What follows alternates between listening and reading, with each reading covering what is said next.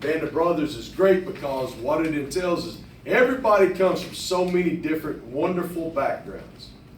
I say it's wonderful because what you come through in life is what makes you what you are today. Okay? And so it's all those differences and all those different backgrounds that when they mesh together and go through hard times, go through the training, go through everything that football entails, then that forges a unit. And if it forges you and you become a unit, you got something special, right? Okay? And that's what I'm always trying to get done with you guys.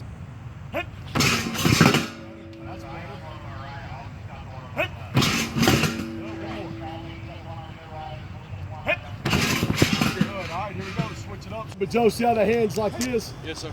Try to get it with the thumbs up, okay? Here we go. Hit.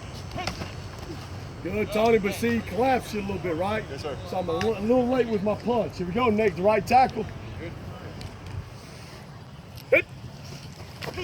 Good, hey, you got caught because you kept doing this with your wife. Yeah, if you got it out front of you some, McGirt, it's easier to get that punch in there like that, okay? Like that, G. On the beat. Got a good look, bro. On the beat. On the watch. Got a good look. Let's go. You got a foul, man. Like that.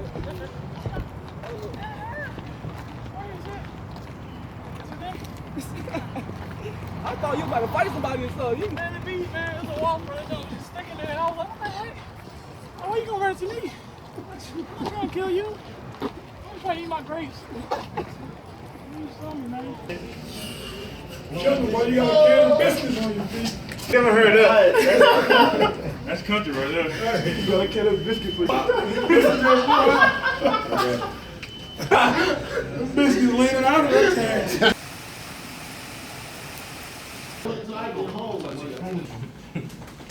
And then my mother and my father, obviously, like they've just been a blessing to my life. They allowed me to do anything that I've wanted to do.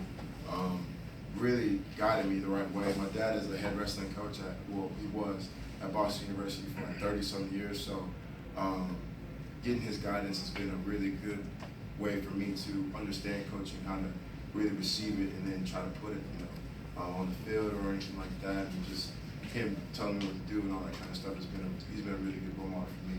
And my mother's, I'm a mama's boy. Like, every time I see my mom, I hurt for like 10 minutes just because I just love her so much.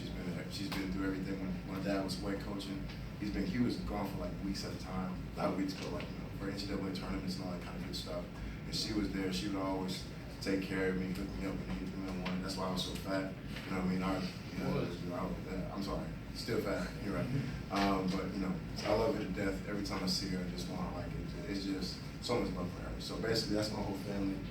And man, everybody in this picture is the reason why I'm here. Legit. So. And we'll start putting these things up here and just fill this whole board up with it. And I think last year you guys used this board kind of to have the defensive players up here or something like that. Y'all talking about? Okay. Which that's good and everything. But like I said, to me, it's more important. Let's know each other. Let's know each other inside and out and understand why we're here, doing what we're doing. Okay? That's a lot better. Joe? That's good, Joe. Very good, Joe. A lot of the drills we do as an offensive line is a lot like defensive linemen train. All right, I learned that from Doug Marrone when I was in New Orleans with him. And he talked about most of his drills he got was from Romeo Crennel, who's like, Romeo was a head coach for the Cleveland Browns for a while. He was with the New England Patriots. Romeo was an unbelievable defensive line coach in the NFL for a long time. And so Coach Marrone used to watch his drills. Well, how do I beat those guys? So the stuff that we are doing are the exact same drills, all right, with our hands and everything like that. It's a lot of the same language, almost pretty much verbatim. All right, because it's important that you guys use what they're trying to use against you.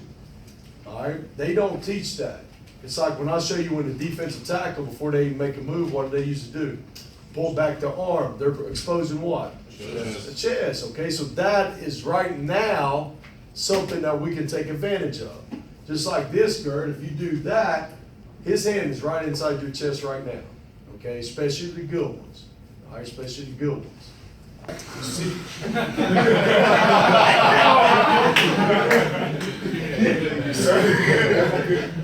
you see that little sway, that little arch right there?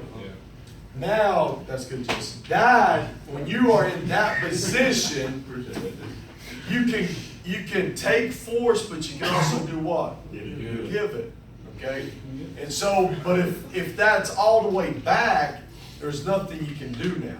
You're top heavy, you can't withstand anything, and what happens when you do it on a crowder, it does what? Spins on you. Okay? The good guys that hit the crowder, they got that in their back, and also the crowder kind of stays straight. Because that's perfect. That's how it should look. You're pushing off the what of your foot. The instep. We're going to get the stance to where you already got that's where you're at anyhow. You can do everything that I'm asking you to do blocking wise from that stance. Okay? How I want to hold that bag right there. Look how you standing straight up. Right?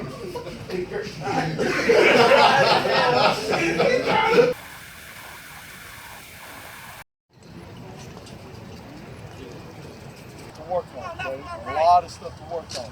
So you come into meetings, make sure you're ready to take notes now. We got to keep improving.